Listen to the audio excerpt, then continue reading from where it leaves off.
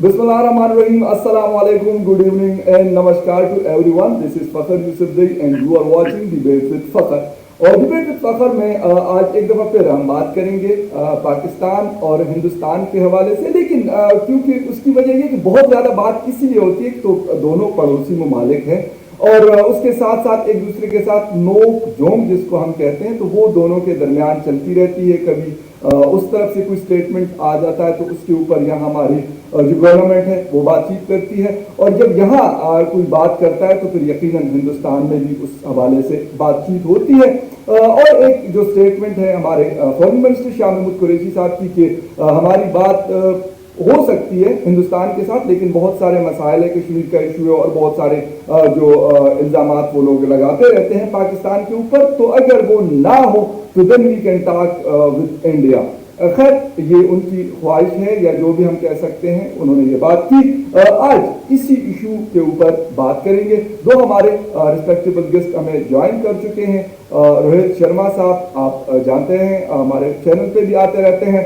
नमस्कार and good evening Rohit भाई, कैसे हैं आप? बढ़िया, बताइए। और हमारे दूसरे गेस्ट भी यकीनन हिंदुस्तानी टीवी चैनल्स पे, पाकिस्तानी टीवी चैनल्स पे भी एज एनालिस्ट आते हैं, पॉलिटिकल एक कैरियर भी रखते हैं, लेकिन एज एनालिस्ट ज़्यादा मैंने उनको पाया है, ज़बरदस्त किस्म का बहुत अच्छा एनालिसिस करते हैं। समद याकूब साहब ने भी हमें ज्वाइन किया। Thank you very much sir for joining.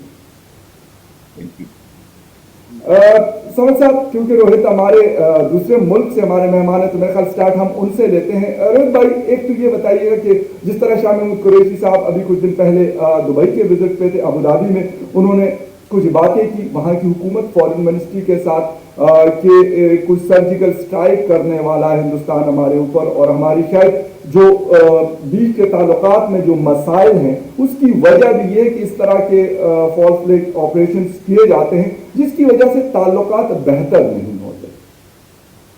अच्छा, ये बात मुझे आज तक नहीं समझ में आई कि सर्जिकल स्ट्राइक कोई कंट्री करेगा तो उस स्ट्राइक के लिए पहले वो पाकिस्तान को बता देगा कि हम सर्जिकल स्ट्राइक करने वाले हैं, वहां का मिनिस्टर बोल देगा कि हाँ सर्जिकल स्ट्राइक होने वाली है। वो उन्होंने प्रेस कॉन्फ्रेंस पे बोला कि इंडिया अपने फ्रेंडली कंट्री से बात कर रहा है सर्जिकल स्ट्राइक की। भाई सर्जिकल स्ट्राइक ऐसे होती है क्या? सर्जिकल स्ट्राइक हमने पिछली बार की थी, जो हमारे मिराज गए थे, मिग जो हमारा मिराज गया था और दूसरे प्लेन्स गए थे, तो हमने क्या बताया था? किस कंट्री से परमिशन ली थी? अमेरिका के प्रेसिडेंट का एक स्टेटमेंट था कि इंडिया चुप बैठा है, कुछ नहीं बोल रहा है, इसका मतलब they are up to something big. लेकिन उन्हें भी नहीं पता था क्या कर रहे हैं, तो इन्हें कैसे पता लग गया इस बार स्टेटमेंट? तो ये क्यों ऐसे स्टेटमेंट देके और माहौल को खराब कर रहे हैं? उनको सर्जिकल स्ट्राइक कोई भी कंट्री करे, अरे हमने ही नहीं किए हैं, बहुत दूसरे कंट्रीज ने भी किए ना। वो आप वापस आए थे सर्जिकल स्ट्राइक करने, यहाँ पे बॉम्ब गिराए थे, आपने किस से पूछा था भैया उस पे? तो ये why is such a seasoned politician speaking like that? Why? Because वो पीडीएम की रैली को वो नहीं रोक पा रहे और वो आप पूरे कंट्री में ये दिखाना चाहते हैं कि इंडिया अटैक करने वाला है, आप सब हमें सपोर्ट कीजिए। तो ऐसे तो आप अपनी इंटरनल पॉलिटिक्स में इंडिया मत घुसाइए भाई। और वो भी सर्जिकल स्ट्राइक की बात, बहुत मामला इंटरनेशनल पॉलिटिक्स का है, इंटरनेशनल डिप्लोमेसी का है, उसमें आप अपने पीडीएम को रोकना चाहते हो तो रोकिए, बहुत तरीके हैं।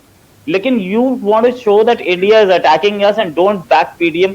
आज तो आपके पीडीएम में फूट पड़ी गई है, you know, Zardaris are pulling out, वो तो दिख रहा है।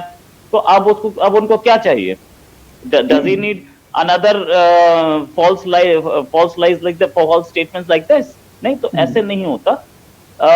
जब भी कभी सर्जिकल स्ट्राइक होती है, इजराइल ने भी की, बगदाद के पास न्यूक्लियर रिएक्टर में, सीरिया के न्यूक्लियर में, किससे पूछा था उन्होंने या किसको बताया था? इतनी साइलेंट, इतनी बड़ा सीक्रेट रखा जाता है कि मतलब उसमें नहीं हो सकता ना कुछ भी। राइट, ठीक है, बिल्कुल सही आपने कहा कि बताया नहीं जाता, लेकिन कुछ इंटेलिजेंस भी होती है, आपकी तरफ से भी होती है और पाकिस्तान की तरफ से भी यकीनन होती है, कुछ अंदाजा हो जाता है। और लास्ट पे ऐसा हुआ था कि हिंदुस्तान अटैक कर सकता है, जब आपके जहाज यहाँ पे आए थे और पाकिस्तान ने भी फिर उस पर जवाब दिया था। तो ये चीज़ें तो खैर आपके यहाँ हमारे यहाँ होती है। समझ साहब, आपकी नज़र है, इस्लामाबाद में आप रहते हैं, जो हमारे ऐवान है उसके ऊपर भी आपकी नज़र रहती है और उससे बाहर भी आप यकीनन देखते हैं, तो आपको क्या नज़र आ रहा है इस वक्त दुबई के विजिट के बाद? अगर हम बात करें, शाह महमूद कुरैशी साहब ने प्रेस कॉन्फ्रेंस भी की और एक प्रेस रिलीज भी आई हमारे फॉरेन मिनिस्ट्री की तरफ से, ये चीजें हो सकती है और हमने अपने दोस्त ममालिक को बताया। हालांकि इस वक्त हमारी दुबई और सऊदी अरबिया के साथ वो वाली दोस्ती नहीं थी जो आज से कुछ साल पहले हुआ करती थी। अच्छा फकीर साहब, पहले तो मैं थोड़ा सा चाहूंगा कि रिस्पॉन्ड कर दूं रोहित भाई को। श्योर। तो साहब, जो आप कह रहे हैं ना कि मेजर प्लेयर्स को इन्वॉल्व किए बगैर या उनको ट्रस्ट जो एक कॉन्फिडेंस में लिए बगैर अगर कोई मुल्क आप कह रहे हैं कि बिल्कुल अचानक होगा, नहीं ऐसे नहीं होता। इवन मैं थोड़ा सा आपको हिस्टोरिकल फैक्ट्स बताऊंगा। पहले तो उसामा बिन लादेन की बात कर लेता हूँ। अगर आप ये कहें कि क्योंकि मैं एज अ पॉलिटिकल एनालिस्ट आया हूँ और मैं अपनी पार्टी को रिप्रेजेंट नहीं कर रहा, तो मैं बड़ा आपके साथ ब्लंटली आपके साथ शेयर कर देता हूँ कि उससे पहले जिस दिन ये 2 मई को ये अटैक हुआ था, उससे पहले अनयूजुअल एक्टिविटीज ऑब्जर्व की गई थी, जो कि नेबर्स ने बताया, और वो बाहर के चैनल को उन्होंने इंटरव्यू दिया कि इस तरह की फौज की गाड़ियां भी थी। और ये अगर आप ये समझते हैं कि नहीं, वो बगैर आपको ये पता होना चाहिए कि प्राइम मिनिस्टर यूसुफ रजा गिलानी ने जैसे ही वो इंसिडेंट की खबर हुई तो उन्होंने सबसे पहले बराक ओबामा को कॉन्ग्रेचुलेट कर दिया। फिर बाद में उन्होंने रियलाइज किया या उनको करेक्ट किया गया कि जी आपकी सवर्निटी को उन्होंने इंटरवीन किया और आप उनको मुबारकबाद दे रहे हैं। मुबारकबाद दे रहे हैं, बिल्कुल। जाहिर तो आपको प्रोटेस्ट करना चाहिए। अच्छा, ये जब ये ड्रोन अटैक्स हो रहे थे तब विकीलीक्स में आया कि जो थे यूसुफ रजा गिलानी प्राइम मिनिस्टर, उन्होंने उनको कहा टिम्बरलेन को कि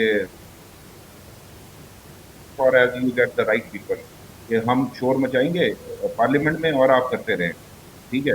उसके बाद आया, इसके बाद चले जाते हैं मुंबई अटैक्स के ऊपर। जब मुंबई अटैक्स हुआ तो यहाँ पे फॉरेन डेलीगेशन आया था, जो कि उस वक्त ओबामा एडमिनिस्ट्रेशन आ रही थी और अभी वो इलेक्शन हो चुका था और वो विन कर चुके थे, और वो उनकी एडमिनिस्ट्रेशन, उनके सेनेटर्स भी थे और जो रूलिंग पार्टी थी उस वक्त जो बुश की थी एडमिनिस्ट्रेशन, उनके भी थे। तो उन्होंने यहाँ पे ये बात डिस्कस की थी कि खुर्शीद महमूद कसूरी का रेफरेंस आपको दे देता हूँ, उन्होंने बात अपनी बुक में भी मेंशन की है। वो उस वक्त रिटायर हो चुके थे, मतलब टेन्योर पूरा कर गए थे। तो उनसे ये बात की गई कि इंडिया जो है वो सर्जिकल स्ट्राइक, क्योंकि इंडिया का जो मेनली पहले जो इसका रिटेलिएट करना था, वो करना था लार्ज स्केल वॉर, क्योंकि ये बात तय हो गई कि ब्रिंक ऑफ वॉर पे हम आ गए थे। वो चाह रहे थे कि हम इसको मैसिवली रिटेलिएट करें, और मैसिव रिटेलिएशन ये थी कि लार्ज स्केल वॉर उन्होंने वेज करनी थी। बट जी। जब अमेरिका, क्योंकि अफगानिस्तान में को सूट नहीं करती थी कि मुंबई अटैक्स में अगर इंडिया पाकिस्तान का कोई कन्फ्लिक्ट हो जाता तो वो अमेरिका को सूट नहीं करता था। तो खैर उन्होंने एटलीस्ट ये कि इंडिया ये चाहता था कि मैं मुरीके के अंदर जो जमात दावा के हेड क्वार्टर है वहाँ पे एक सर्जिकल स्ट्राइक करना चाहता हूँ। तो वो उसको कॉन्फिडेंस में लेना चाहता था, और उनका ये था कि पाकिस्तान में इसका रिएक्शन क्या होगा या किस तरह से। अभी जो बात हो रही है, हाँ आपकी एक बात से इत्तेफाक कर सकता हूँ कि टारगेट कभी शायद वो रिवील ना करें कि टारगेट क्या हो सकता है, बट ये कॉन्फिडेंस में लेना कि हम सर्जिकल स्ट्राइक पाकिस्तान में करेंगे, वो अपने मेजर प्लेयर्स या मेजर अलाइज या उनके जो दुबई हो गया, अमेरिका हो गया, या जो भी उनके उसमें हैं, वो उसमें ले सकते हैं कि सर्जिकल स्ट्राइक। ये बात जी। मुझे एक चैनल ने, आपके एक चैनल ने मुझसे पूछी, तो मैंने उनसे कहा कि मैं आपको बता देता हूँ, बल्कि खबर दे देता हूँ कि इस बार जो आपका सर्जिकल स्ट्राइक होगा वो बालाकोट जैसा नहीं होगा कि किसी ऐसी जगह पे जहाँ पे कोई इंटरनेशनल प्रेस भी ना जा सकता हो, ठीक है, क्योंकि वो गांव में था, हम तो सारी जिंदगी कभी नहीं गए उस इलाके में। तो इस बार जो होगा वो शहर होगा। और उन्होंने मुझे उसके जवाब में उन्होंने सवाल किया कि क्या वो दाऊद इब्राहिम का जैसा कोई इस तरह से हो सकता है कि, मैंने कहा नहीं, वो सिंध भी नहीं होगा, इस बार पंजाब का कोई शहर होगा। विच मीन्स के अगर हमें ये बात पता है कि वो किसको टारगेट करना चाहते हैं, ऑब्वियसली वो अगर उन्होंने जो टारगेट सिलेक्ट करना है सर्जिकल स्ट्राइक में, तो आपको पिन पॉइंट के ऊपर टारगेट सिलेक्ट करना है, और आप पर्टिकुलरली को जस्टिफाई करना है कि हमने टेररिस्ट या जो भी उनके नजदीक मोस्ट वांटेड है, चाहे वो आपके शहीद हो गया या कोई हो गया, कि हमने उनको पिन पॉइंट पे हमने अगर कुछ इधर उधर का डैमेज हुआ किया तो that is a collateral damage. तो मैं यहाँ पे तो कंक्लूड करूंगा कि ये सारी बातें एक दूसरे के इल्म में होती हैं, ऑलमोस्ट इल्म में होती हैं कि कुछ होने वाला है, या फिर आप किसी को प्रवोक करते हैं कि वो कुछ करे। राइट, ठीक है। जिस तरह बात की रोहित समद याकूब साहब ने, उन्होंने बात की कि मतलब पूरी उन्होंने एक हिस्ट्री बता दी उसामा बिन लादेन और जो जो भी मसले हुए पाकिस्तान के साथ, पाकिस्तान के अंदर मैं कहूँगा, वो सारी चीज़ें उन्होंने उसके ऊपर बात की। लेकिन पॉइंट एक है कि आखिर क्या वजह है, क्या ऐसी चीज़ें थी कि अगर हम ये बात करते हैं टेररिज्म का रोना पाकिस्तान भी रोता है और टेररिज्म का रोना हिंदुस्तान भी रोता है। नुकसान दोनों ने उठाया, लेकिन अगर हम कंपैरिजन करते हैं तो पाकिस्तान हिंदुस्तान से छोटा, तो पाकिस्तान ने बहुत ज़्यादा उसका नुकसान उठाया है हर तरह से, जानी माली जो भी इंफ्रास्ट्रक्चर को जो नुकसान हुआ, फॉरेन इन्वेस्टमेंट नहीं आई, हर तरीके से हमने उसको फेस किया। और फॉर मोर देन 20 ईयर्स क्यों हम इस इशू से नहीं निकल सकते, वजह क्या है?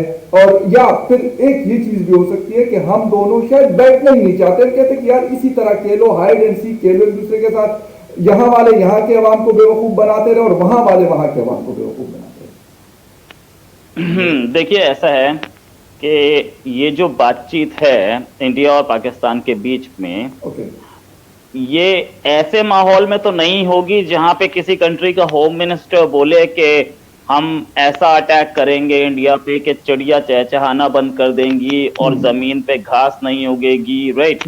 इस तरीके की धमकी देके तो कभी नहीं होगा, ठीक है? और इस इंडिया का एक स्टैंड रहा है, इंडिया का स्टैंड ये रहा है कि जब तक टेररिज्म चल रहा है तब तक हम बात नहीं करेंगे। Now terrorism is your problem, हमारी नहीं है। टेररिज्म शुरुआत से आप लोग सपोर्ट करते रहे। इंडिया में एक छोटा सा आप लोग बताते हैं कि हिंदू टेरर, अब आपने पिछले 10 साल में सुना है हिंदू टेरर? नहीं सुना ना। और वो जो पिछला हिंदू टेरर जो सुनते थे उसमें भी कोई प्रूफ नहीं मिला, राइट? तो और इंडिया में ऐसे अटैक्स भी नहीं दिख रहे हैं, right? India has been a victim of terrorism for long. आपने तो अभी झेलना शुरू किया ना, क्योंकि कुछ टेररिस्ट जिनको आपने ट्रेनिंग दी थी वो आप ही के खिलाफ हो गए। वो व्हाट इज तालिबान? तो तालिबान किसने स्टार्ट किया था? तो तहरीके तालिबान के जो मुल्ला जितने भी थे वो सारे के सारे कहां से थे? हाँ, वो बैतुल्ला मसूद कौन था? बैतुल्ला मसूद से नवाज शरीफ गवर्नमेंट क्यों बात कर रही थी? उस तहरीके तालिबान ही अटैक कर रहे हैं ना। तो ये सारे के सारे होम ग्रोन टेरर है जो आपके खिलाफ हो गया। तो उसमें इंडिया क्या कर लेगा? India with the time has accepted the reality कि हमें कैसे टेरर को टैकल करना है और टैकल करना। Indian intelligence agencies have been doing a wonderful job. आप मुझे पिछले 1 साल में बता दीजिए कितने टेरर अटैक हुए, पिछले 3 साल में बता दीजिए, पिछले 5 साल में बता दीजिए कितने टेरर अटैक्स हुए। बिकॉज अटैक से पहले वी अरेस्ट देम, अटैक से पहले we foil the attack, right? ये चीज आप लोग अभी सीख नहीं पाए बिकॉज आप लोगों ने अभी नया नया झेला है इसे। तो कैसे? और दूसरी चीज, there is a confusion. Confusion मतलब एम्बिग्विटी। एम्बिग्विटी क्या है कि मेरा टेररिस्ट कौन है और दूसरे का कौन है। अब एक आदमी है जो टेरर अटैक करने जा रहा है, आपको यही नहीं पता कि वो मेरे से मीठा मीठा बोल रहा है, खुद हंस के बोल रहा है, वो अटैक भी मेरे ऊपर ही करने जा रहा है। बिकॉज यू थिंक कि ये कश्मीर जाएगा और वहां जाके अटैक करेगा, वो जाकर के कराची में कर देता है। That is an ambiguity. तो आप लोग जब तक ये मेरा आतंकवादी और दूसरे का टेररिस्ट ये नहीं खत्म करेंगे तब तक आप इससे you won't be able to get through it. जहां तक बात के अंदाजा हो जाता है, और इंटेलिजेंस और समझ साहब ने बताया कि बहुत सारे इंसिडेंसेस, समझ साहब जब टेरर अटैक, जब एक सर्जिकल स्ट्राइक होती है ना, तो आपको पता लग गया ना कि कहां पे होगा, पंजाब के किसी सिटी में होगा, किसी, तो आप वहां से सारे के सारे टेररिस्ट हटा दीजिए, खत्म। आपको पता तो चल ही गया, तो फिर इंडिया क्या कर लेगा? ऐसे नहीं होता ना। जब स्ट्राइक होती है तो उसको एक्सट्रीमली कॉन्फिडेंशियल रखा जाता है। इंडिया ने पिछली वाली कॉन्फिडेंशियल रखी, उससे पिछली रखी क्या? इराक के न्यूक्लियर रिएक्टर पे अटैक जो था उसको कॉन्फिडेंशियल नहीं रखा जाता तो वो हो जाता अटैक। इतनी मिसाइल लग जाती कि कोई भी प्लेन आता उसको शूट डाउन कर देते वो लोग। कितना कितना कितना टफ होता है इसकी सीक्रेसी मेंटेन करना, इंडिया करता है।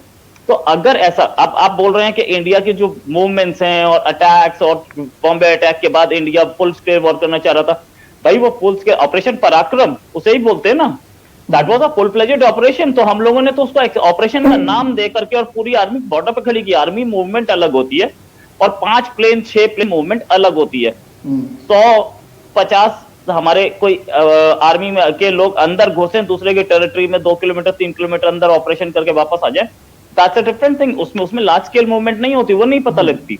ऐसे अगर सर्जिकल स्ट्राइक पता लगने लगी तो सारी सर्जिकल स्ट्राइक्स फेल हो जाएंगी। आप इतने उसके आसपास मिसाइल्स लगा देंगे कि कोई भी प्लेन वहां रुक ही नहीं पाएगा। और आजकल के जो मिसाइल्स हैं दे आर एक्सट्रीमली एक्यूरेट, वो किसी भी प्लेन को गिराने में मिनट लगाते हैं। ओके, राइट, सही, आपने अपना पॉइंट ऑफ व्यू दिया।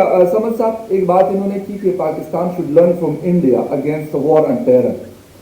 पाकिस्तान ने वॉर ऑन टेरर लड़ी, और मैं तकरीबन 9 सालों से इसी चीज़ को मैंने कवर किया, स्पेशली खैबर पख्तूनख्वा, अफगानिस्तान एंड बलूचिस्तान को मैंने कवर किया, स्पेशली इसी इशू के ऊपर। पाकिस्तान की बात की यूएस ने और नाटो फोर्सेस ने कि पाकिस्तान ने जो जंग लड़ी, यकीनन वो मतलब काबिल तारीफ है, और ये आसान जंग नहीं थी। वो दिन जिस दिन हमारे 10, 15, 20 और 25 तक हमारी कैजुअलिटीज हो रही होती थी नॉर्थ एंड साउथ वजीरिस्तान में, ममन, बाजवड़ और पत्नी पूरे बॉर्डर के ऊपर। लेकिन क्या हम अपनी वो बात इंटरनेशनल कम्युनिटी को मनवा नहीं सके, या इंडिया अपनी हरदर्मी के ऊपर लगा रहता है कि नहीं हमने ये बात करनी है, हमने ये इसी तरीके से ये प्रोपेगेट करना है? लेकिन पहली बात तो अगेन वो फिर 30 सेकंड लूंगा उनकी बात कंप्लीट करते हुए। अगर उसामा बिन लादेन पे जब वो अटैक किया था तो बड़ा इजी था, मिसाइल टेक्नोलॉजी अमेरिका के पास बहुत एडवांस है, उन्होंने बड़ा आसान था, पिन अटैक करते, वो घर दबा करते और वो जो टारगेट था वो अचीव हो जाता। बट ऑब्जेक्टिव अचीव ना होता, क्योंकि हम आपको कभी ना बताते थे जी यहाँ पे बिन लादेन की लाश मिली हमें, हम कहीं दफना देते उसको कुछ करके। आप जो टारगेट कह रहे हैं वहां पे आप अटैक करेंगे, अगर आप एक बिलफर्ज आप इंडिया का कोई मोस्ट वांटेड बंदा हो, भले मान लिया जाता है for the sake of argument, मैं ये यकीन कर लेता हूँ कि दाऊद इब्राहिम कराची में बैठा है इलेक्शन में, आपने अटैक किया, दाऊद इब्राहिम मारा गया। जब दाऊद इब्राहिम मारा गया तो क्या मैं ये इसको क्रेडिबल होने दूंगा आपके अटैक को या आपके क्लेम को कि दाऊद इब्राहिम मारा गया है? मैं तो छुपाऊंगा ना उसको। ठीक है, तो ये क्लेम करना कि अगर आपने भावलपुर पे अटैक कर दिया जहाँ पे उसका मदरसा है मसूद अजहर का, तो हम ये क्लेम करेंगे कि वो वहाँ पे आपका टारगेट अचीव हुआ है। आपकी तरफ से 250 बंदा क्लेम किया जाएगा और हमारी तरफ से दरख्त आएंगे कि जी चंद दरख्त गिरे। ये तो दोनों की तरफ से होता है ना कि हम कहेंगे कुछ भी नहीं हुआ। अच्छा, अनलेस के वो किसी सिटी में और कोई वो बन जाए जैसे बिन लादेन का हुआ था। अब आ जाते हैं बात, देखें बात ये है इंडिया पाकिस्तान का मसला है क्या? इंडिया पाकिस्तान का डीकोलोनाइजेशन जब हो रही थी इस दुनिया में, जब पार्टीशन हो गई तो इमेच्योर पार्टीशन थी, जिसको कहते हैं ना इमेच्योर बर्थ, तो बच्चे की इमेच्योर, जब उसने रिजॉल्व ही नहीं, घर का नक्शा नहीं बना, वहाँ पे ये 1 साल बाद होनी थी, ये 48 में जाके इसको पार्टीशन होनी थी, बट ऑल ऑफ सडन एकदम से उसको बहुत 1 साल पीछे किया गया। रेड पहले पकड़ी वो आके अचानक आया, रेड पहले उसने ये पंजाब, बेसिकली पंजाब डिवाइड हुआ इस तरह से, तो बाकी प्रिंसली स्टेट थी 40% उन्होंने एक दूसरे से अट्रैक्शन करनी थी। अब यहाँ पे तो बात कि चले कुछ इलाका हम कह देंगे कि उन्होंने पंजाब को ज़्यादा दे दिया, जो सिखों की आबादी इतनी नहीं थी जितना एरिया दे दिया, चलो ठीक है, रेड पहले तो दोनों ने मान लिया, चाहे जो भी था उस बाउंड्री को मान लिया। सिंध वाली साइड से सर क्रीक की ने वो डिवाइड की, उसको भी मान लिया, ऑल्दो के बाद में डिस्प्यूट रहे, टेरिटोरियल डिस्प्यूट रहे इंडिया के, लेकिन वो एक तरफ था। बट वहाँ पे मसला यहाँ पे है कि मैं इनमें चोर इसको पार्टीशन इसलिए कहूँगा कि हमारा कसूर ये है कि जब हमें कुछ करना होता है या जब हम कोई कंफ्लिक्ट का डर हो कि कुछ कंफ्लिक्ट हो सकता है या टेरिटोरियल डिस्प्यूट हो सकता है या स्टेट्स की एक्सेशन के हवाले से हो, हमें जो हमारी मिलिट्री एस्टेब्लिशमेंट कह लें या हमारी वो जो स्टेक होल्डर, उनको हर चीज़ में मिलिट्री सोल्यूशन ही नज़र आता है, यानी कि इनका पॉलिटिकल सोल्यूशन भी हो सकता है। अब ये कश्मीर की बात कर सकते हैं, कश्मीर में अभी स्टैंड स्टिल पे था, अभी महाराजा हरि सिंह ने कोई डिसीजन नहीं लिया, ठीक है, ऑल्दो के उधर स्टैंड स्टिल पे था, ये जूनागढ़ ने ले लिया डिसीजन, लेकिन हैदराबाद स्टैंड स्टिल पे था। अब वो उधर अभी सबसे पहला जो ऑपरेशन हुआ अभी हैदराबाद में, तो इन्होंने बाद में पुलिस ऑपरेशन किया या जिस तरह जूनागढ़ में हुआ, लेकिन उससे पहले अगर हम टाइम लाइन देखें तो पाकिस्तानी जो भी यहाँ के स्टेक होल्डर्स थे उन्होंने डिसाइड किया कि 2000 ट्राइबल्स को हम भेज देते अंदर और वो जाके लड़ेंगे और हम ये क्लेम करेंगे, ये नॉन स्टेट एक्टर्स ये जाएंगे और हम ये क्लेम करेंगे ये कश्मीरी हैं। अब और वो हरी सिंह भाग जाएगा। जब इसको टेक्निकली जो इंडिया ने उसको हैंडल किया वो इस तरह से कि जो वल्लभ भाई पटेल थे उन्होंने रिक्वेस्ट की, नेहरू भाई ने भी कहा माउंट बैटन से जो गवर्नर जनरल थे आप हमें फौज दें, यानी कि फौज भेजें हरी सिंह के लिए, लेकिन माउंट बैटन ने कहा इस टेक्निकल ग्राउंड के ऊपर कर दिया कि जब तक इंस्ट्रूमेंट ऑफ एक्सेशन साइन नहीं होगा हम नहीं भेज सकते।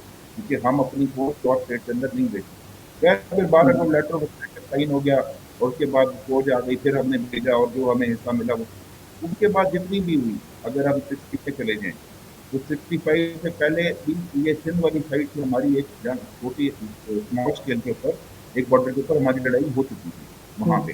कि हमने क्योंकि एडमिट कर लेना चाहिए, मतलब मेरा ये ख्याल है कि आप एडमिट, क्योंकि जब इसकी वो एडमिट नहीं करेंगे तो आप कभी भी एक चीज पे, मैं अपनी समझ बात सक खत्म करता अच्छा। हूँ, मैं अपनी बात खत्म करता हूँ यहाँ पे कि हाँ। बजाय इसके के सिविलियन गवर्नमेंट या पॉलिटिकल सोल्यूशन निकाले जाएं, कॉन्फिडेंस बिल्डिंग मेजर किए जाए, हर चीज का मिलिट्री सोल्यूशन नहीं हो जाता। जो ठीक हमने है। जो ये कह रहे हैं कि ठीक है हमारे यहाँ जो टेररिज्म आपने बात की, हमने फाइट की, वो इनकी वजह से नहीं की। उस हाँ बिल्कुल। लेटर ऑन ये इंडिया आ जाता है बीच में कि अगर वो बलोचिस्तान फैक्टर हो, बलोचिस्तान फैक्टर को क्रिएट इंडिया ने नहीं किया, ठीक है, वो हमारे अंदर के चीजें होंगी। अगर बांग्लादेश था तो वो मुफ्ती बानी को उन्होंने नहीं वो समझ किया था, या सक उन्होंने मैं एक पॉइंट है मेरा, मैं एक पॉइंट है मेरा इधर।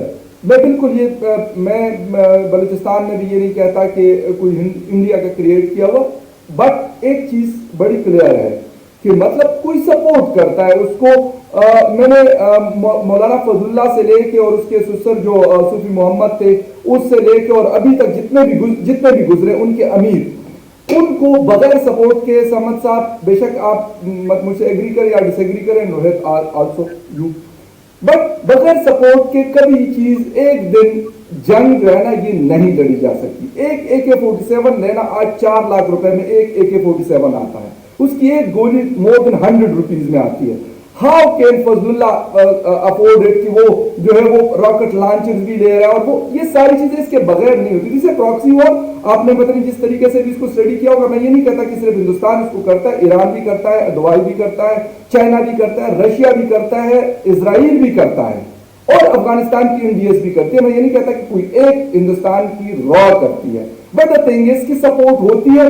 हाँ, कोई अपने अपने मतलब के लिए, जिस तरह जवाद जरीफ साहब की कल की स्टेटमेंट आई है, जवाद जरीफ साहब कहते हैं कि यार हम अफगान तालिबान को दहशतगर्द कहते हैं, लेकिन अमेरिका उसके साथ मुज़ाकरात कर रहा है। और पाकिस्तान के कहने पे अभी 2 दिन पहले उनका डेलीगेशन यहाँ पे था, बल्कि कल भी अफगान वजीर के साथ मैंने इंटरव्यू किया था, फॉर्मर ट्रेड मिनिस्टर थे मुजम्मल शिनवारी के साथ, तो अभी भी शायद गालिबन आज भी वो इस्लामाबाद सरीना में उनका स्टे। तो ये चीजें तो होती रहती हैं, बट बगैर किसी प्रॉक्सी के, बगैर किसी सपोर्ट के नहीं होती। मैं आपकी तरफ आ रहा हूँ, जी जी प्लीज आप अपना कमेंट करें सर। समझ सकता मैं ये कह रहा हूँ कि बिल्कुल, मैं ये जो उधर बैठे हैं, ये अफगानिस्तान में जो इंडियन हाई जो बैठे हैं कॉन्स्टिट्यूट में, और इतनी जो स्ट्रेंथ में उनके पास एम्प्लॉइज है, उनकी कौन सी अफगानिस्तान के साथ इतनी ट्रेड हो रही है, या उनकी कौन सी वहाँ पे एक्सपेक्टेड है कि वहाँ पे रह रहे हैं, या इतनी इन्वेस्टमेंट है वहाँ पे, वो बेसिकली ऑपरेट कर रहे हैं। हमारे यहाँ जो कुछ हो रहा है, मैं इसे इनकार नहीं कर रहा, मैं ये कह रहा हूँ कि अगर हमारा कॉन्फ्लिक्ट हुआ नॉर्थन ये हमारे प्रोविंस में, तो इसमें बाद में एक्सटर्नल हैंड इन्वॉल्व होते हैं, डेफिनेटली होते हैं। हर जैसा मुक्ति बानी के साथ हुआ बांग्लादेश में, कि अगर हमारा आपने पहले फौज हमारी गई ना, फिर इंडिया ये रेफ्यूजीज यहाँ से गए, वो जो क्लेम करते हैं कि 2 मिलियन या 3 मिलियन रेफ्यूजीज गए, तो तब तक इंडिया ने गालिबन इंदिरा गांधी थी, उन्होंने फिर डेलीगेशन भेजे, दुनिया को बताया कि अब हम स्टेक होल्डर बन गए, क्योंकि अब हमारा भी मसला बन गया है कि यहाँ पे ये अब इतने सारे रेफ्यूजीज हमारी तरफ आ रहे हैं, तो बाद लोगों की इन्वॉल्व होते हैं, तो वो एक्सटर्नल हैंड से दोनों तरफ से होते हैं। एग्जैक्टली, बिल्कुल। अच्छा रोहित, यही चीज सेम है यार, मतलब same Pakistan and same India. India में कुछ भी होता है तो मतलब अभी जिसे कहते हैं अटैक खत्म भी नहीं होता, मतलब वो चल रहा होता है, लेकिन खबरें आना, ब्रेकिंग आना शुरू हो जाती कि पाकिस्तान ने ये कर दिया, और सेम पाकिस्तान में भी यही होता है, बिल्कुल इसी तरह होता है। कहीं पे भी कोई इस किस्म का टारगेटेड अटैक हो, पिछले साल में PC होटल गवादर में हुआ, या फिर उरमाड़ा में हुआ, या फिर जो उसके ऊपर हमारा पाकिस्तान स्टॉक एक्सचेंज कराची में हुआ, इसी साल सब के सब अभी वो खत्म ही नहीं हुआ होता, लेकिन ये हो जाती है कि पड़ोसी मुल्क, और तो खैर हिंदुस्तान, हम हिंदुस्तान का नाम लेते हैं और हिंदुस्तान पाकिस्तान का नाम ले रहा होता है। मेरा पॉइंट ये है कि ये चीज क्यों नहीं खत्म हो रही। हम दोनों इल्जाम लगाते हैं, उससे पहले हो सकते हैं बाद में कुछ चीज प्रूव भी होती हो, आपके यहां भी हो सकते हो रही हो, और हमारे यहां भी हो सकते हो रही हो, बट द थिंग इज कि उस टाइम जिस वक्त किसी को नहीं पता होता कि यार कौन है वो, फखर यूसुफजई है, रोहित शर्मा है, या अब्दुल समद याकूब साहब है, या कोई XYZ कौन है वो बंदा जो वहां पे ये चीज कर रहा है, लेकिन नाम हम पहले ले। देखिए मैं आपको बताना चाहूंगा कि एक पेशावर में अटैक हुआ था, जी वो आर्मी APF स्कूल वाला। में, जहां जी 300 से ज्यादा बच्चे मारे गए थे, ठीक है। उस पर भी पाकिस्तान के एक मिनिस्टर ने अभी करण थापर के शो में बोला कि इंडिया ने करवाया जी था, तहरीक तालिबान पाकिस्तान का, ठीक है। जी। उसको आप बोल देंगे और आपने उस आदमी को पकड़ लिया, एहसानुल एहसान को। वो जी जी एहसानुल बिल्कुल। एहसान एकदम टॉप, मतलब ऐसा आदमी था ना जिसने मैसेकर किया था बच्चों का। स्पोक्स पर्सन था उस वक्त, उसी की स्टेटमेंट आई थी कि हमने किया है। इतना अहम हम्म, आदमी था वो, बिल्कुल है ना। उसको एहसानुल एहसान को पकड़ लिया था, जो उसका बिल्कुल मास्टरमाइंड था। वो बिल्कुल। छूट कैसे गया, वो गायब कैसे हो एग्जैक्टली। गया, सही ठीक है। हमारे सही। हमारे कुलभूषण यादव तो नहीं छूटा, बिल्कुल। हमारा कुलभूषण यादव तो नहीं भाग पाया, नो नो। ना सरबजीत भाग पाया। वो सही कैसे भाग गया भाई, जो सही। कि इतने बड़े मैसेकर का, that was a massacre. Indian government ने, इंडियन पार्लियामेंट में एक रेजोल्यूशन पास किया गया कंडेमिंग दिस इंसिडेंट, यस। लेकिन उसके बाद भी आरोप लगा दिया। अब मैं आपको बताता हूं कि आपने बोला अटैक खत्म नहीं होता और इंडिया लगा देता है। ये बॉम्बे अटैक के टाइम पे, उसके बाद से तो हमने कोई ऐसा लाइव अटैक नहीं देखा है, ठीक है। हम्म। बॉम्बे अटैक के टाइम पे हुआ था, और बॉम्बे अटैक के टाइम पे क्यों, कि पहले ही दिन, that attack went on for 3-4 days, तो पहले ही यस। दिन अजमल कसाब पकड़ा गया था और उससे पूछताछ में पता चल गया था कि वो पाकिस्तान से आया। इसलिए हमारे प्राइम मिनिस्टर ने शायद एक दिन बाद या 2 दिन बाद बोला था, तो विद कॉन्क्रीट एविडेंस तब बोला गया।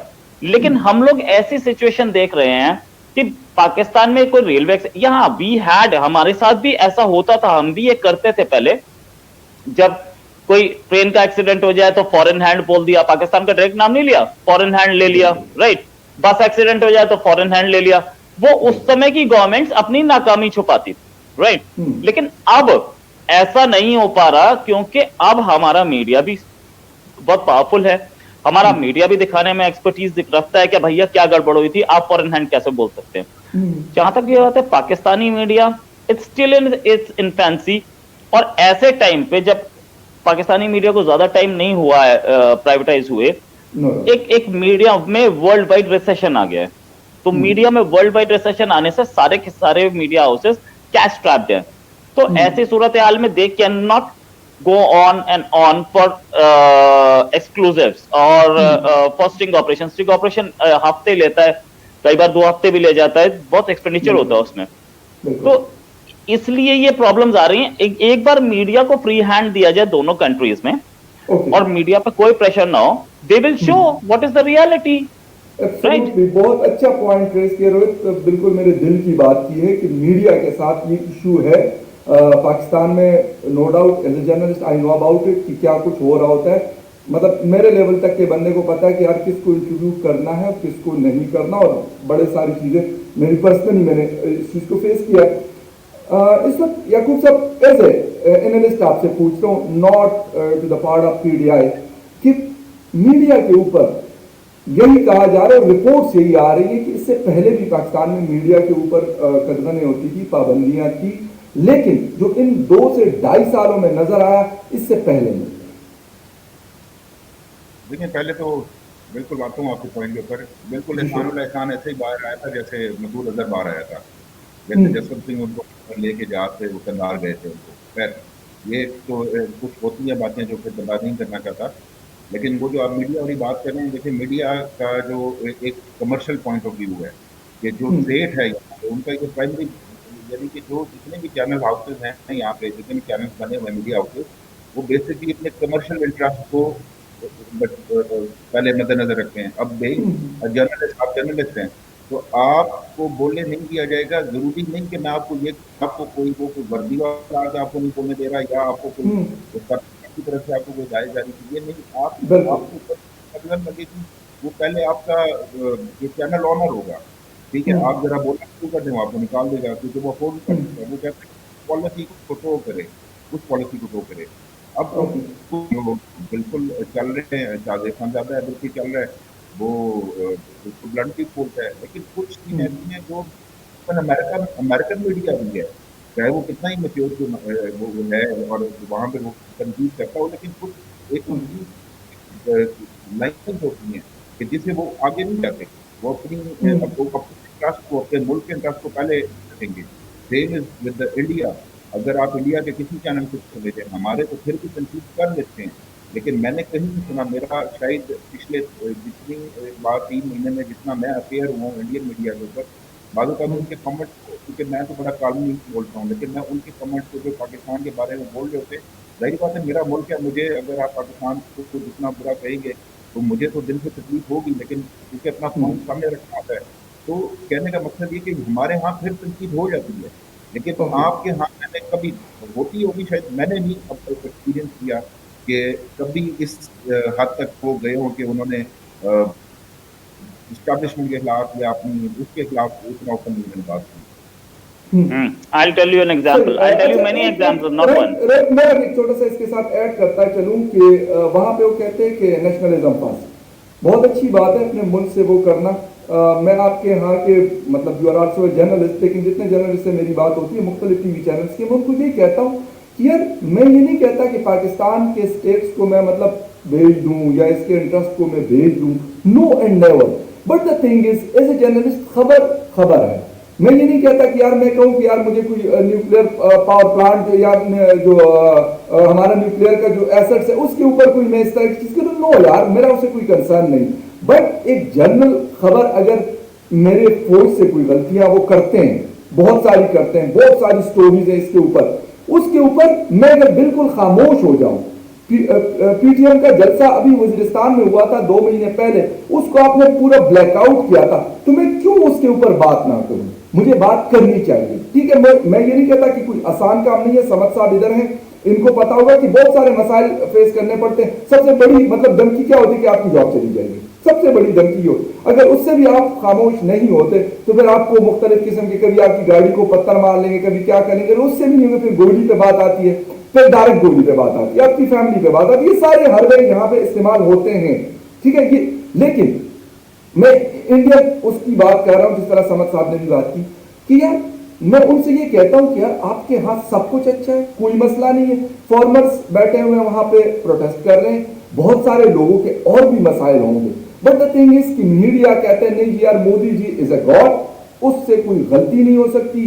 जो दूसरे उनके मतलब इर्द गिर्द जो बैठे हुए यूपी जी हैं या दूसरे लोग जो हैं उनके मतलब कार्य खास जो करने वाले लोग हैं, तो ये 3-4 लोग कहते भाई ये तो कभी कुछ गलत नहीं कर सकते। मुझे इस चीज से मतलब होता है, मैं ये नहीं कहता जैसे पाकिस्तानी मुझे हो सकती है उनकी बहुत सारी चीजें गलत लगे, लेकिन हिंदुस्तानियों को भी लगती होंगी, लेकिन नहीं करने दी जाती।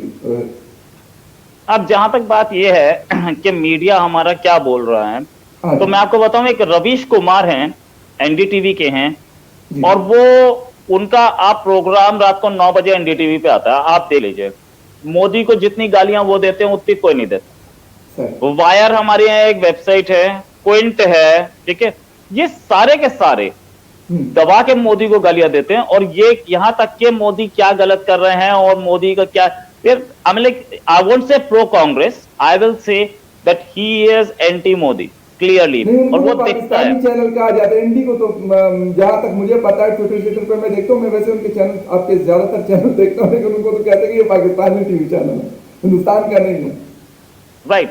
तो अब जहां तक बात आई दूसरी कि इंडियन मीडिया ने कभी इंडियन एस्टेब्लिशमेंट के खिलाफ खबर नहीं चलाई, ऐसा समझ साहब ने बोला, तो एक तहलका.com होता था, उन्होंने एक ऑपरेशन किया था, स्टिंग ऑपरेशन। बीजेपी की गवर्नमेंट थी, प्राइम मिनिस्टर अटल बिहारी वाजपेयी थे, इंडियन डिफेंस मिनिस्टर को रिजाइन करना पड़ा उस पर, बीजेपी प्रेसिडेंट बंगारू लक्ष्मण को रिजाइन करना पड़ा उस पर। उसके बाद कांग्रेस के टाइम पे हमारे सीनियर लीडर ने सलमान खुर्शीद, उनके खिलाफ आज तक ने ऑपरेशन चलाया, एक कि उनकी एनजीओ में गड़बड़ हो रही है, उस पर वो बहुत प्रेशर में आए, कांग्रेस प्रेशर में आई। मैं और ऐसे 10 आपको ऑपरेशंस बता सकता हूं, ठीक है। और जहां तक बात यह है कि हम लोग प्राइम मिनिस्टर को, अगर प्राइम मिनिस्टर की इस समय आप देख लीजिए पॉपुलैरिटी क्या है, और यू कैन क्लियरली सी, एकदम हमारे पास तो एवरी हाफ एन आवर, आप लोगों के आप ऐसा ही होता होगा, हर आधे घंटे की टीआरपी आ जाती है कि इस आधे घंटे की क्या थी, उससे अगले आधे। आप जिस समय प्राइम मिनिस्टर मोदी को कंडेम करना शुरू करेंगे, आपके टीआरपी प्लम्पेटेड, ठीक है। और ये हालत होती है कि मतलब संभालना मुश्किल हो जाता है। आप एंटी प्राइम मिनिस्टर स्टोरी तो चला के देखिए जरा, पता चल जाएगा उसकी टीआरपी क्या है। प्राइम मिनिस्टर मोदी की पॉपुलैरिटी ऑल टाइम हाई पे, और ऐसी है कि आप उनके खिलाफ कुछ बोल दीजिए, सड़क पे बोल के दिखाइए ना, बाहर तो दूर की चीज, वो अगर सिंगू बॉर्डर पे 1,500-2,000 लोग इकट्ठे खड़े होकर के मोदी के खिलाफ बोल रहे हैं, इसका मतलब ये नहीं है कि आप किसी नॉर्मल जगह पे बोल देंगे। मोदी अकेला ऐसा आदमी है इस समय जो कि सचिन तेंदुलकर, अमिताभ बच्चन एंड लता मंगेशकर, इन तीन के बाद चौथा आदमी है जिसके खिलाफ आप सड़क पर कुछ नहीं बोल सकते। तो Modi has a popularity, we can not say that he doesn't have a popularity, there are certain pockets, you just see it ना कि उसकी मोदी को कितनी सीट्स मिल रही हैं।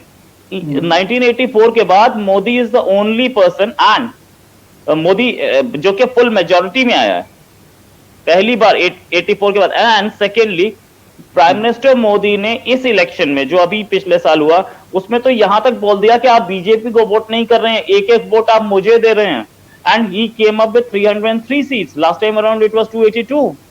तो आप ये देखिए, अभी जम्मू एंड कश्मीर में मोदी, जम्मू एंड कश्मीर जिसको पाकिस्तान क्लेम करता है, सब single largest party is the BJP, बाकी दोनों अलायंस है, बाकी दोनों का। अभी ये जो अभी म्युनिसिपल इलेक्शन हुए हैं, अभी 3 दिन पहले आपके यहाँ डीडीसी है, बिल्कुल बिल्कुल अभी हुए हैं कुछ दिन पहले की बात। अच्छा, एक तो रोहित ये बात भी है, मतलब इन शॉर्ट आएंगे क्योंकि समझ साहब के पास भी जाना और फिर वाइंड अप भी करना। एक चीज तो ये है कि ये भी कहा जाता है कि उन्होंने, जिस तरह हमारे यहाँ भी हमारे जो प्राइम मिनिस्टर है इमरान खान साहब, इन्होंने भी सोशल मीडिया के ऊपर बाकायदा बड़े बड़े मतलब काफी सारे लोग बिठाए हुए हैं मुख्तलिफ किस्म के। पीआईडी में हमारे प्रेस इंफॉर्मेशन डिपार्टमेंट में उनका ऑफिस खुला है 6-7 महीने पहले, और उन्होंने कहा था कि हम इंडियन प्रोपेगेंडा का जवाब देंगे। इंडिया को तो जवाब नहीं दे सके, लेकिन अंदर जहाँ पे काफी जो है ना वो मतलब लगे रहते हैं, मियां नवाज शरीफ को, आसिफ अली जरदारी, बिलावल भुट्टो, असफंजार वली खान, महमूद खान अचकजई, मौलाना फजल अहमद, सबको मीडिया के जो लोग हम जब इमरान खान साहब के खिलाफ बोलते हैं तो सबको वो जिसे कहते हैं रगड़ा रहे हैं। सेम लाइक दैट जो मैंने सुना है कि इसी तरह हिंदुस्तान में भी है। इस पे आपको कमेंट चाहिए। सबसे सवाल रोहित से पूछा फिर यही क्वेश्चन फिर आपसे रोहित प्लीज। अच्छा देखिए, आपने जो बोला कि आप अपने गवर्नमेंट के खिलाफ बहुत आराम से बोल लेते हैं, तो हमारे यहाँ भी बोला जाता है। वही मैंने आपको अभी थोड़ी देर पहले बताया था कि क्योंकि टीआरपी पॉपुलैरिटी वाले वर्ड के ऊपर मैं आ रहा था कि मतलब उन्होंने कहा, मैंने यही सुना है कि वहां पे बाकायदा जिस तरीके से हमारे इमरान खान साहब ने भी ना अपने सोशल मीडिया के ऊपर लोग छोड़े, उनका कोई काम नहीं, बस यही काम है, उसी के उनको पैसे मिल रहे थे। सर लाइक दैट कहते कि मोदी जी के भी बीजेपी के लोग भी। आपकी आवाज मुझे क्लियर नहीं आ रही है, थोड़ा सा स्लो बोलते हुए आप अपना क्वेश्चन रिपीट कीजिए जरा। मैं ये कह रहा हूं कि पाकिस्तान के अंदर इसी गवर्नमेंट ने, पीटीआई की, बाकायदा सोशल मीडिया पे अपने बंदे छोड़े हुए हैं। वो कभी सर्विस करवा रहे होते हैं, कभी क्या करवा रहे होते हैं, बल्कि मैं उसको कहता हूं प्रोपेगेंडा वो कर रहे होते हैं। कहते हैं कि हिंदुस्तान में भी बीजेपी के इसी तरह के लोग हैं जो ये चीज क्रिएट कर रहे हैं। Right. I will come to it now. BJP का एक सोशल मीडिया सेल है, राइट, ऐसे ही कांग्रेस का भी एक सोशल मीडिया सेल है, राइट, आम आदमी पार्टी का भी है, राइट। अब इसके अलावा कुछ मुख्तलिफ अपने एमपीज, एमएलएस और कुछ अपने काउंसलर्स, वो भी अपना एक मीडिया सेल रखते हैं, छोटा सा, चाहे 2 ही आदमी रखते हैं। तो they all are doing it, they all are doing service. और साथ में हमारे पास कुछ प्राइवेट एजेंसीज भी हैं जो ये काम करती हैं, राइट। सो ये लोग अपने सर्विस कराते रहते हैं, ये लोग अपना सोशल मीडिया पर प्रोपेगेंडा कराते रहते हैं, इसमें कोई शक नहीं है, राइट। तो जैसे वहां हो रहा है वैसे ही यहां हो रहा है। Social media everybody is exploiting, तो it's going on. I won't deny कि ऐसा नहीं होता है। सोशल मीडिया सेल दोनों ने रखा हुआ है एंड डिक्लेयर्ड रखा हुआ है दोनों पार्टीज ने। दोनों नहीं, मतलब अब तो सारी पार्टीज के पास है। They have declared social media cell that we are on social media and on Twitter as well as on Facebook we are there, and YouTube accounts भी हैं तो उनके। जी बिल्कुल। अब हम इस पे हैं। ओके, सही है रोहित। अच्छा समझ साहब, लास्ट कमेंट आपसे चाहूंगा इसी इशू के ऊपर जो मैंने अभी सवाल किया था रोहित से, कि सोशल मीडिया का बड़ा गलत इस्तेमाल होता है, लोगों की मतलब जिससे कहते हैं करेक्टर असैसिनेशन की जाती है, गालम गलोच, और मतलब अभी जिस तरह कुछ दिन पहले मरीम नवाज के खिलाफ एक ट्रेंड चलाया गया था जिस वक्त लाहौर जलसा नहीं हुआ था 13 दिसंबर से पहले, इसके ऊपर क्या कहेंगे कि हमने क्या है, मतलब इसको जिसे कहते हैं गंद नहीं बना दिए पूरे सिस्टम। देखिए, सबसे पहली बात तो ये समझने की जरूरत है कि हमारे यहाँ क्योंकि 3G गालिबन 2015 में आया, हम बहुत लेट 3G में गए हैं, और वो 3G 14-15 में जब ये आया मिलन गवर्नमेंट में, तो हमारी बिल्कुल पीटीआई का भी राइट था। और अगर देखा जाए तो यूथ भी क्रॉस द बॉर्डर, यानी कि इंडिया में भी यूथ पॉपुलेशन जी बहुत है। मीट के जो ये स्मार्टफोन भी एकदम ऊपर आज चाइना के मार्केट में आ गए। आज आजकल तो हर लड़का हर बच्चा फोन कर सकता है। तो इसमें इमेच्योरिटी, जो भी कोई चीज़ टेक्नोलॉजी या इस तरह के कुछ सोशल मीडिया का कोई चीज़ में इमेच्योरिटी शुरू शुरू में होगी। बट अगर आप देखेंगे आज 4 से 5 साल हो गए पाकिस्तान में टीवी को आए हुए, आप जी बैठ के कर सकते हैं लिमिटेड लेवल पे करके भी आप आज किसी के खिलाफ ट्रेंड चला दें, बट उसका कोई इम्पैक्ट अब के आगे कोई बहुत बड़ा इम्पैक्ट मेरा नहीं ख्याल के है। हम्म लेकिन जब ये हमने, आप लोगों ने जब ये यूट्यूब चैनल स्टार्ट किए, तो स्टार्ट में क्या था कि आप एक इंडियन गेस्ट को बुलाएं और एक पाकिस्तानी को बिठाएं और दोनों को लड़वाएं। जो जी ज्यादा बिल्कुल बैट करेगा या जो ज्यादा वो करेगा वो विनर करार पाएगा। और उसको एग्रेसिव होगा जो और अल्टीमेटली आज हम इस नतीजे पे, इस पॉइंट पे पहुंच गए हैं कि जिस क्वालिटी की या जिस लेवल पे या जिस साइकिल के साथ हम बात कर रहे हैं, एक चीज का मेच्योरिटी लेवल आता है।